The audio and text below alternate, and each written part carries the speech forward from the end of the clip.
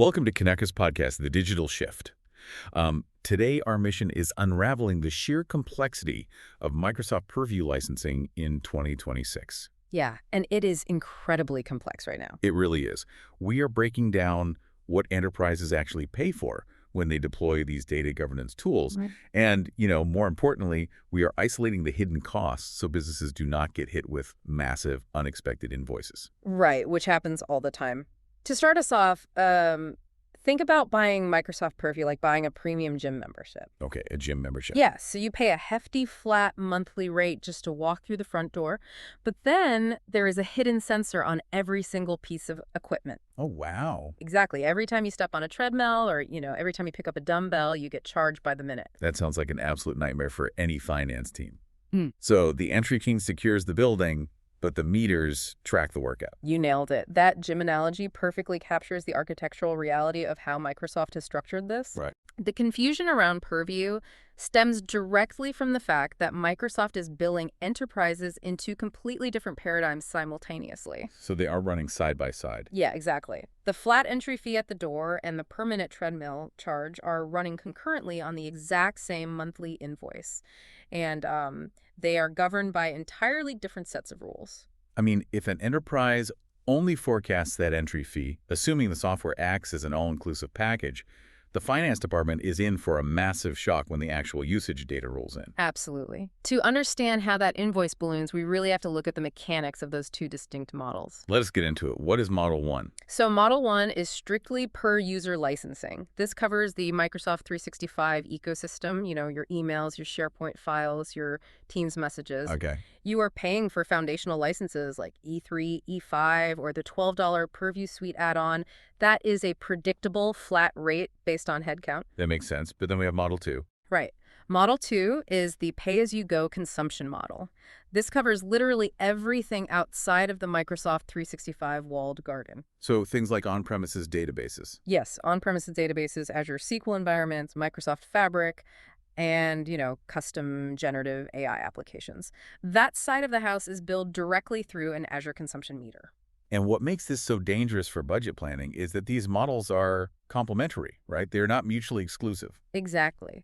A company cannot just buy the per-user licenses, declare their data governed, and ignore the consumption model if they have a single byte of data living outside of Microsoft 365. So exactly how dependent are these two systems on each other? Well, they are completely intertwined at the infrastructure level. A linked Azure subscription is a hard prerequisite. Oh, really? Yeah. If an IT team tries to deploy Purview without linking an active Azure subscription, there is absolutely zero governance over any non-Microsoft 365 data. It literally does not matter if a company holds 10,000 premium E5 seats. Without the Azure link, the system simply will not scan or protect external assets. That is a massive blind spot. It is. Forecasting the user licenses while ignoring the Azure compute requirements is the primary reason we see enterprise data budgets double by month 2 of a deployment. So if we need to lock down that front door first, how do organizations choose the right per-user tier without overpaying for features they simply will not deploy?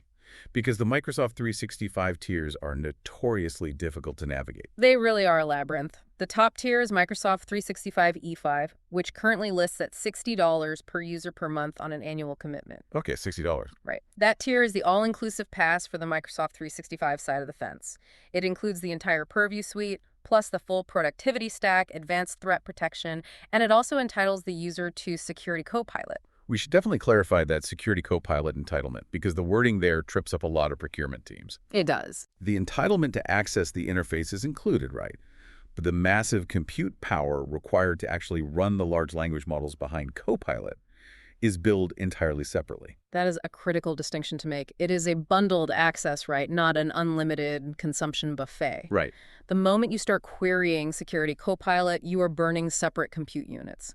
Now, looking at other tiers, if an enterprise wants that E5 security and governance baseline but does not need Microsoft Teams, The list price drops to $51.45 per user per month. Okay, that is a decent saving. Yeah. Alternatively, if a company is already operating smoothly on the E3 tier and determines they just need the advanced Purview capabilities, well, they can purchase the standalone Purview Suite add-on for $12 per user per month. Which brings us to an incredibly common and highly destructive trap in the mid-market and enterprise space. Oh, the business premium trap. Exactly. There is a massive misconception right now regarding how Microsoft 365 Business Premium interacts with these add-ons. Yeah, the business premium trap derails compliance roadmaps constantly. Microsoft 365 Business Premium absolutely cannot utilize the standard E5 Purview Suite add-on. Wow, really? Yes. That specific $12 SKU requires a base of Microsoft 365 E3 or Office 365 E3. Business Premium operates on a fundamentally different architecture. You need something else entirely. Right. It requires a completely separate product SKU for advanced governance.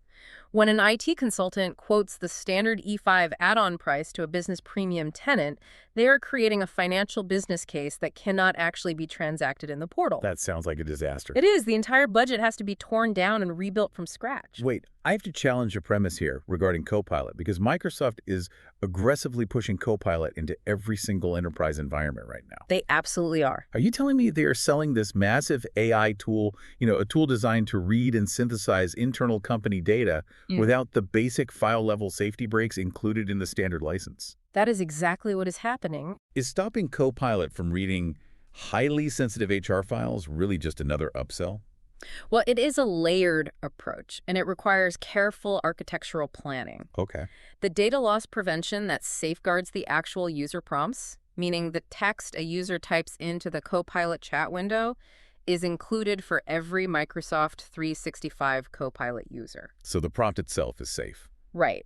However, blocking Copilot from crawling and processing specific highly sensitive files or internal emails requires the E5 tier, the advanced Purview Suite, or very specific governance add-ons. That is staggering. Yeah, buying a baseline Copilot license does not automatically grant you the file-level blocking capabilities needed to segregate confidential data from the AI's reach. I mean, that architectural nuance alone could save a company millions in compliance fines or intellectual property leaks. Oh, without a doubt. If you do not have the E5 tier, your new AI assistant might just summarize the CEO's unannounced merger plans for a curious intern.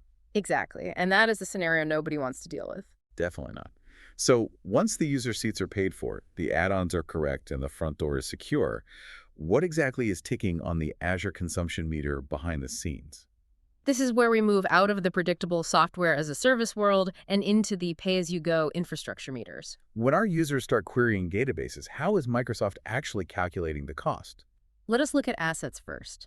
Purview bills at $0.0165 per asset per day. Okay, so a fraction of a cent. Right. But the underlying counting rule is what dictates the final invoice. Consider a SQL server containing 100 distinct tables. Okay, 100 tables. If an automated discovery scan runs and only 50 of those tables have a confidential label actively applied to them by a protection policy, the billable count is exactly 50. Oh, I see. It fundamentally comes down to what the policy actively covers, not the total footprint of the database. Exactly. The billing is based entirely on active policy enforcement, not on what the initial discovery scan happened to find. That makes a huge difference. It does. That mechanism is designed to let enterprises scan broadly but pay specifically. Following assets, you have the text record meter. How does that one work? Purview measures text records for natural language processing in blocks of exactly 1,000 characters, and the system always rounds up. The rounding rule is where the hidden costs really multiply. Oh, massively. Like if an employee sends a single message that is 7,500 characters long, Microsoft's compute engine extracts that text, rounds the count up to the nearest 1,000, and bills the company for 8 distinct text records. Right. The underlying reason for that rounding is the sheer compute power required to run natural language processing over unstructured text. Sure, that makes sense technically. But the real-world implication is massive for modern communication platforms. Because of those specific rounding rules, chat-heavy environments like Microsoft Teams or Slack integrations will burn through compliance budgets significantly faster than traditional email environments. Wow, because of the short messages. Yes. A 500-character chat message counts as one full record. Sending 15 short, rapid-fire messages burns 15 billable records. Oh my goodness. Yeah. Conversely, consolidating all those thoughts into one long email might only burn 2 or 3 records. The communication culture of the company directly impacts the Azure consumption bill. That is wild. And layered on top of all of this, we have the raw compute costs, right? The data governance processing units, or DGPUs. Yes, the DGPUs. Depending on the performance tier and enterprise selects, the costs range dramatically. Give me an example. You might pay $15 for a basic unit, but if you require heavy processing, an advanced unit runs up to $240. That is a huge jump. It really is. Running complex data quality rules on an advanced tier at a daily cadence will compound those compute costs incredibly fast. You know, this compounding complexity is exactly why we at Kanerika focus so heavily on autonomous architecture. Yeah, the sheer volume of these compounding meters, the assets, the text rounding rules, the DGPU compute tiers, it is exactly why manual governance is fundamentally obsolete. Absolutely. Attempting to manually track which tables are labeled, or manually policing chat lengths to save text record costs is just impossible. It cannot be done. Managing these complex processing rules and data pipelines requires an architectural shield. Right? This is why intelligent workflow automation is no longer an optional luxury for the modern enterprise. It is a structural necessity to control cloud spend. I completely agree. And that is exactly why our team developed our enterprise workflow automation platform, FLIP Flip. It is the strategic answer to this exact problem. Yes. When we deploy FLIP Flip, it fundamentally changes how enterprises handle these massive data and compliance workloads. How so? Exactly. Well, instead of raw data hitting the expensive purview meters unoptimized, we built a suite of autonomous AI agents directly into the platform. They handle highly specialized tasks before the data ever triggers a massive billing event. That makes total sense. Think about the text record meter we just discussed. If every 1,000 characters costs money to process for sensitive information, we deploy Susan. Right, our redaction agent. Exactly. Susan operates within FLI, Flip, and she automatically scans and redacts sensitive personally identifiable information, or PII, far upstream. Which is brilliant. Yeah, by sanitizing that data before it moves into environments heavily monitored by advanced purview policies, we drastically reduce the processing load and directly control the consumption costs. And we pair that with agents like Alan, who processes and summarizes incredibly lengthy legal documents. Right. Alan ensures compliance teams extract the necessary insights without burning countless manual hours or unnecessary cloud compute. And we cannot forget about Mike. No, we cannot. We utilize Mike acting as a quantitative proofreader. Mike autonomously catches arithmetic errors across complex financial and operational data. Which is so critical. It is. It prevents reporting disasters from propagating through the entire system. And we also leverage Carl, our data insights agent, delivering quick, actionable analysis to decision makers. Plus, Ember, who automates customer service operations to resolve issues securely and efficiently. Exactly. Beyond the intelligent automation of FLP, Flip, we at Kanerika also tackle the underlying architectural design directly through our CAN-Suite services. Oh yes, the CAN-Suite services are vital. Through CAN-Govern, CAN-Comply, and CAN-Guard, our team specifically designs and runs the foundational purview governance for enterprises. Right, we map the business controls, cleanly scope the user population, and optimize the label architecture before the spending spirals out of control. With all of this automated architecture acting as a shield for the enterprise, it brings us to a highly scrutinized area of compliance audits. Which actual human employees require a purview license when automated agents and system-level policies are doing the heavy lifting. Oh, the licensing dilemma. The golden rule of Microsoft licensing is straightforward but ruthlessly enforced during an audit. Right. Any user benefiting from the service requires a license. The interpretation of the word benefiting is where companies get into serious legal trouble, though. They really do. A frequent and costly mistake is an enterprise licensing only the 4 IT administrators who physically log into the portal to set up a data loss prevention policy. Right, while ignoring the rest of the company. Exactly. They leave the 3,000 end users whose mailboxes and files are actively protected by that policy completely unlicensed. And that is a huge problem. It is a massive compliance violation. It is not a clever cost-saving strategy. It is a direct breach of the licensing agreement. The owners of protected mailboxes, the owners of governed OneDrive accounts, SharePoint sites, and Teams channels all fundamentally require licenses because their data is benefiting from the protection. Correct. However, a user who only holds a view-only or visitor role to a protected site does not trigger that licensing requirement. That is good to know. To try and skirt this, though, enterprises frequently attempt a tactic called multiplexing, right? Yes, multiplexing. It involves pooling connections, routing multiple users through a single service account, or using automated gateways to reduce the number of direct human users touching a Microsoft service. But Microsoft caught on to that. Oh, they definitely did. The licensing terms are explicitly clear. Multiplexing does not reduce the number of required licenses. Right. If 1,000 users benefit from data pulled through a single pooled connection, you owe 1,000 licenses.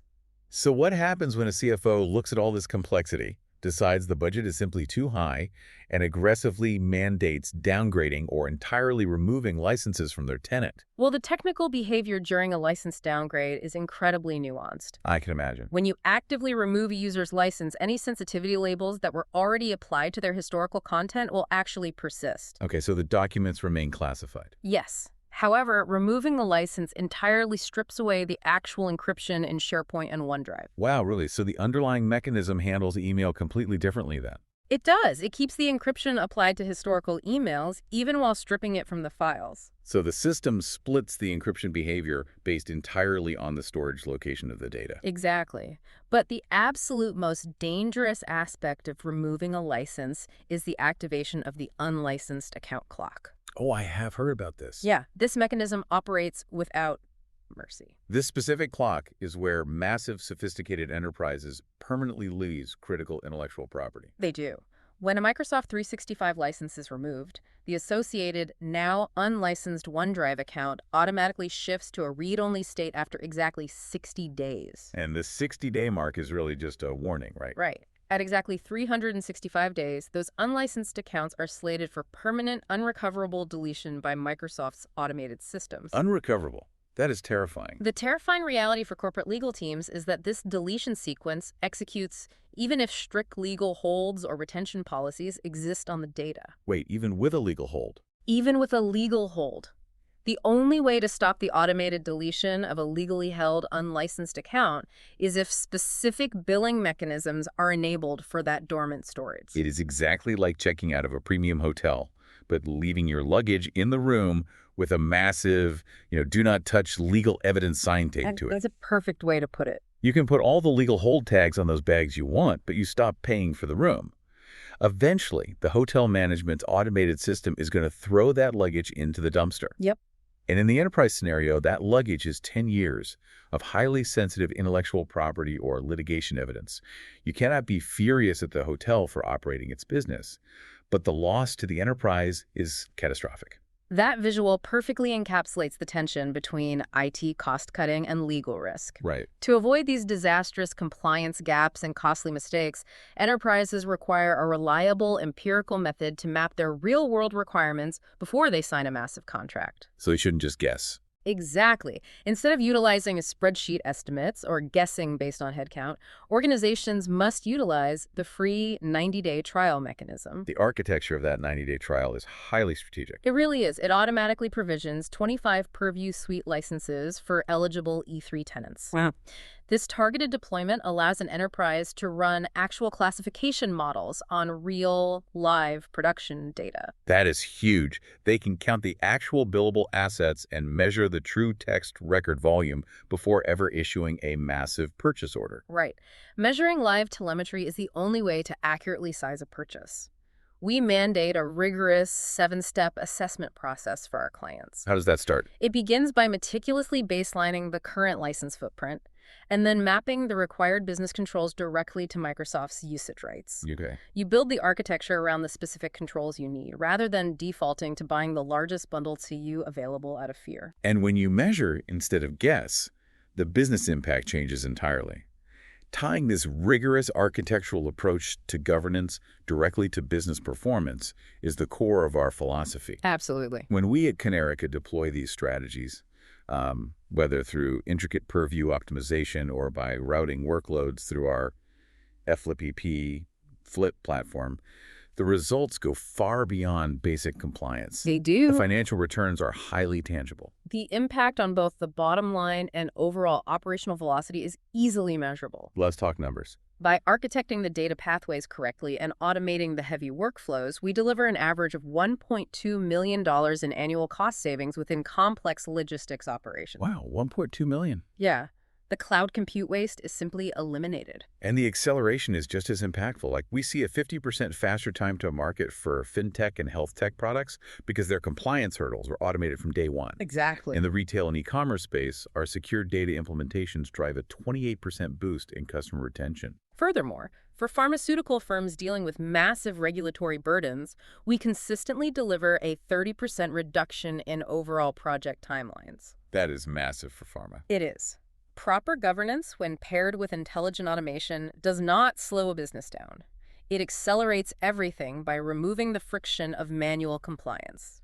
It becomes abundantly clear that understanding the complex rules of this game is the only mathematical way to win it. True. You cannot just pay the flat fee at the front door of the gym and willfully ignore the sensors running on every piece of equipment. Which leaves us with a critical underlying implication for the future of enterprise data strategy. What is that?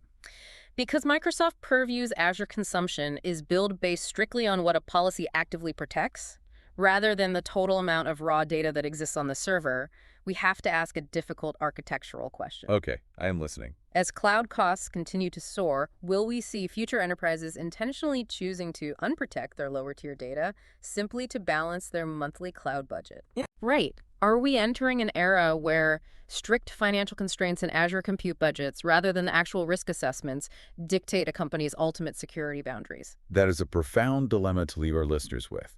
A world where corporate security is dictated by the monthly invoice, rather than the actual threat landscape. It is a sobering thought. It is a reality. Every data leader, CFO, and architect needs to seriously evaluate as we move forward into 2026.